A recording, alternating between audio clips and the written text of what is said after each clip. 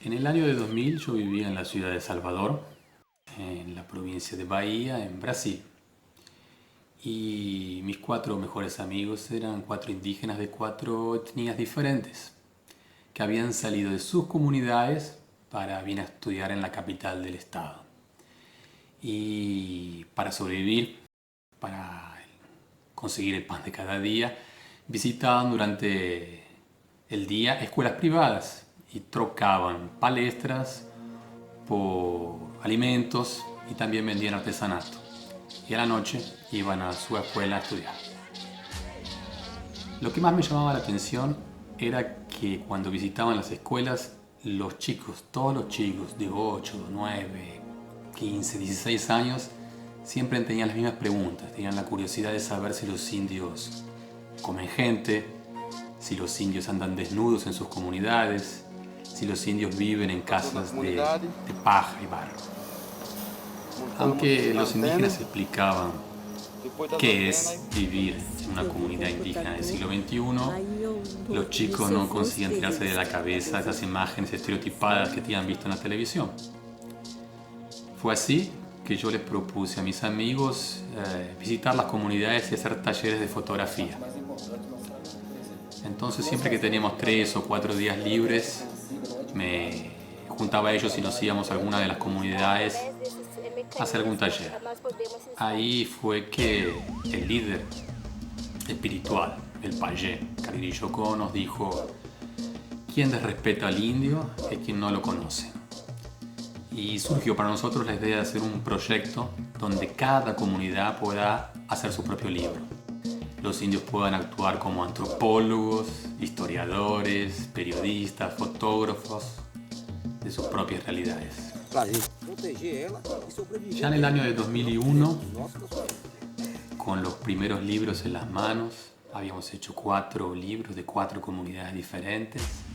Cada indígena colocaba el libro abajo del brazo y lo llevaba para la escuela.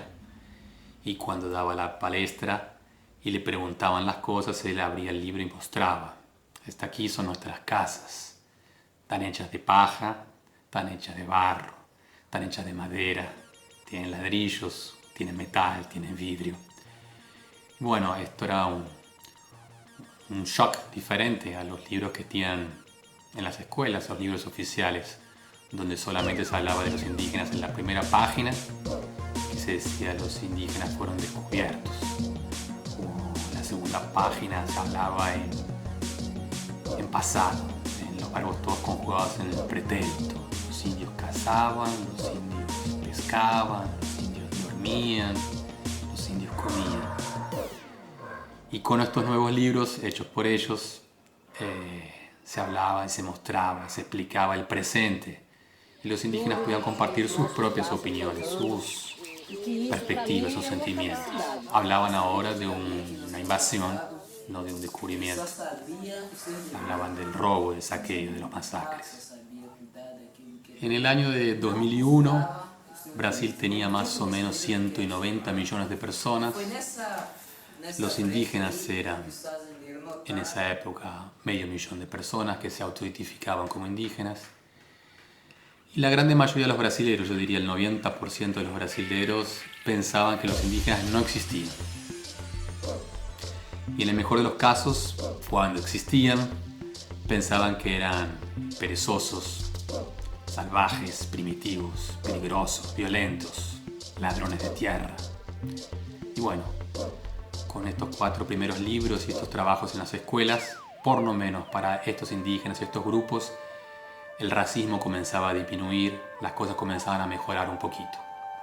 Para el año de 2003 ya eran 7 las comunidades indígenas que habían pasado por los procesos de hacer su propio libro y que estaban andando por la ciudad de Salvador y otras cerca de Salvador con sus libros abajo del brazo, visitando escuelas, visitando universidades. Cada vez que lanzamos un libro nuevo, entendeu? E muito influenciador. La televisión nos invitaba y los indios hablaban en la televisión. Todo esto hizo que comience a cambiar un poco la historia. Por lo menos los indios comentaban que antiguamente, en el inicio, era muy común entrar en un lugar y todos los chicos burlarse, hacer... Después de las acciones y con el tiempo y con las palestras, con los encuentros, ese preconcepto fue disminuyendo. En aquella época, en 2003, no se hablaba todavía en Brasil, no era famosa la palabra bullying, pero podemos decir que la acción de los propios indígenas, buscar de forma protagónica, charlar con los no indígenas, fue haciendo con que disminuyese el preconcepto. Durante los años que hacíamos los libros, los indígenas venían en mi casa y me veían trabajar con el computador, organizar los materiales. Y estaban muy curiosos de esa herramienta también. Entonces en 2004 hicimos una alianza con los 7 pueblos que habían hecho sus libros, de continuar a producir informaciones, de continuar a promover el diálogo. Y de esta vez la alianza era en la internet, a través de un portal. Juntos los diferentes pueblos, las diferentes etnias estaban se proponiendo a continuar, escribir, fotografar, denunciar, testimoniar sus vidas para el mundo. Y en esa época, en 2004, cuando lanzamos el portal, estaba bien famoso en Brasil el tema de los chats, de las salas de conversación. Entonces abrimos una sala de conversación donde los no indígenas y los indígenas podían conversar. Entonces al vivo, en tiempo real, había personas en la ciudad conversando con los indígenas y la herramienta hacía un puente, una aproximación, y comenzamos a ocupar también el espacio cibernético, a disminuir también los preconceptos y el racismo de una forma digital y a distancia. Fue muy divertido. En cada una de las comunidades de las 7 colocamos un computador conectado a internet y cada comunidad tenía una cámara de fotos. Y ahí era normal que en el lugar donde estaba el computador se hiciese una fila india y los indios esperaban su turno, su vez para sentarse en el computador a publicar su materia o a chatear, a hablar con las personas del mundo globalizado, inclusive usando las herramientas de traducción para hablar con personas de otros países. Y quería comentar que en los primeros 4 años consiguieron, hasta 2008, pasar de 1 millón de personas contactadas en la internet. Y de alguna forma entendemos que esta herramienta, donde los indios cuentan su propia realidad, comparten sus sentimientos y dialogan con el mundo, es una forma de prevenir y disminuir los preconceptos, los racismos, el bullying, el cyberbullying.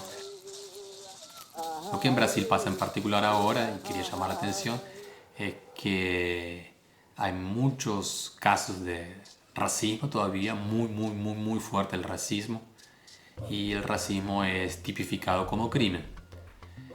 El bullying no hay una ley en Brasil que diga que el bullying es crimen. Entonces algunas instituciones, algunas escuelas, algunos profesores o padres o madres o chicos se disculpan diciendo que fue simplemente un bullying, cuando en la verdad hay un problema grave de racismo. Entonces con esta nueva palabra y con este nuevo problema, algunas personas consiguen salir de una acción criminosa. Nosotros entendemos que es con la educación, con los encuentros presenciales y digitales, donde las personas pueden entenderse que la diferencia nos enriquece a todos. Los indígenas tienen mostrado con sus escritos, con sus fotografías, con sus diálogos, que ellos entienden que en todas las culturas que existen porque son necesarias. Si están en el mundo es porque tienen una función para estar, y que cabe a todos hermanarse, estar juntos, cuidar todos juntos de la casa común, cuidar todos de la naturaleza, cuidarse unos de los otros. Toda esta cultura de ser uno con la naturaleza, ser uno con el otro. Es una cosa muy muy fuerte que ahora a través de nuevos libros que están haciendo y también de portales en la internet, los indios continúan a promover. Actualmente estamos en un programa de hacer residencias artísticas en las comunidades indígenas. Entonces, uno o dos artistas por una semana, 2 semanas, conviven en la comunidad indígena y con los indígenas cocrían una obra, con los indígenas cocrían un mensaje para transmitir al mundo. Estas obras después hacen parte de muestras o festivales y en los festivales, en las muestras, los indígenas y los artistas juntos presentan y se relacionan con el público ahora desde una nueva perspectiva, desde la diversidad para la diversidad, teniendo esto del diálogo en la diversidad y la co-creación intercultural como forma de hacer y como forma de promover al mundo esta visión, esta creencia, este principio que tenemos, que podemos estar todos juntos, todos bien, todos felices, que depende entonces de encontrarnos, de reconocernos, de entendernos, de unirnos. Y ahora estamos en esta perspectiva de trabajar esto a través del arte. Entonces estamos en una dirección de usar el arte y a través del arte hacer estos puentes, promover estos encuentros, divulgar la diversidad en diálogo como la riqueza de la humanidad.